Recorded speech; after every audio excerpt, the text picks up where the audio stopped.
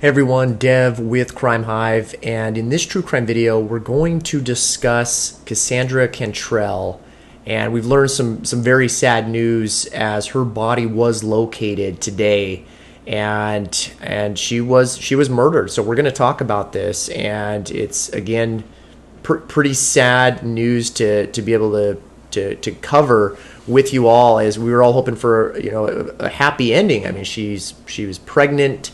And we've learned the worst outcome. So we're going to talk about that, and we're going to talk about what led to investigators discovering her body and who they've arrested. So the reason I found out about this, and I just found out about it tonight, I got a notification on my phone from a TikTok video I created to create awareness for Kassanndra missing, and someone had responded and replied to that video and said that law enforcement had discovered Kassanndra Cantrell's body and that the ex-boyfriend had been arrested. So I found the information, and I wanted to convey this to you all and just give you the updates on this case. Before I do, if you do want updates on this case and other cases as well, just be sure to hit the subscribe button and the bell notification. That will give you continual updates as I learn more, including the name of the ex-boyfriend. They haven't released that information. That will start to trickle in. This is very evolving, so more and more information will come into play. We'll start to learn more details. I'm giving you what I know up to this point. It's the evening of the 22nd of September, and we've learned that Kassandra's body was found around 2 p.m. today. So we'll talk about that, and I'll kind of go off a couple different articles that we have. So a few things here. She was found in Pierce County, and specifically, we'll get into what happened here. So we know she was missing August 25th, 2020. So it's been about a month since she's been missing, and until she was discovered. So we learned that law enforcement apparently utilized GPS data from Kassandra's ex-boyfriend's truck.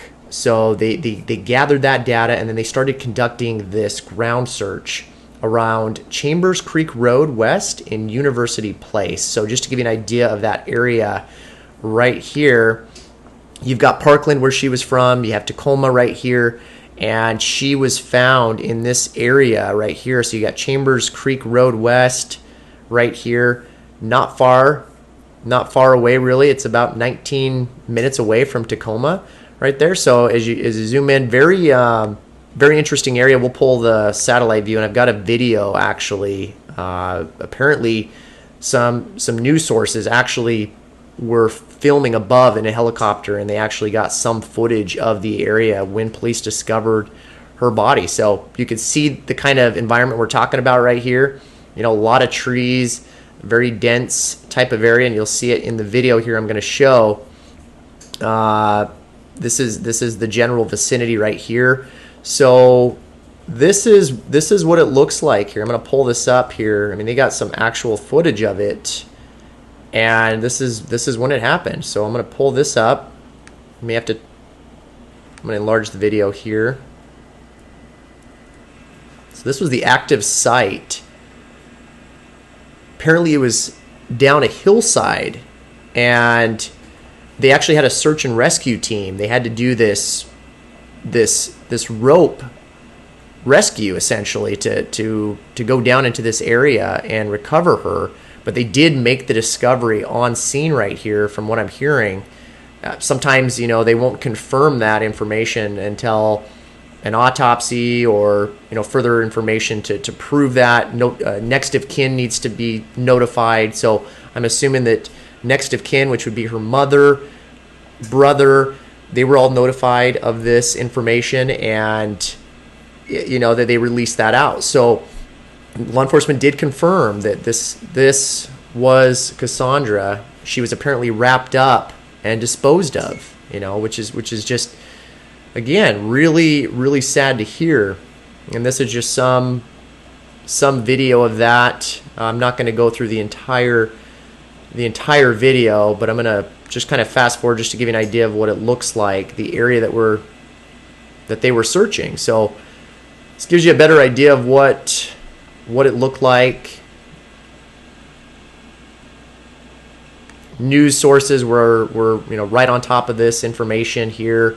This comes after this information came after the GPS data. So they found the GPS data to be, it was shown driving around in this area or located in this vicinity. So they started searching this area. They found her body, and immediately afterward, they then initiated an arrest warrant on this ex-boyfriend. So, and I'll get out of this here, and I'll talk about that. So if you guys remember, a few weeks ago, there was a search warrant initially for Kassandra's ex-boyfriend, and they had dated apparently 10 years previously. This is about just over 10 years ago they had dated, and this is what the sheriff's department had to say about it. And that's why we're working this as a homicide investigation until something tells us differently.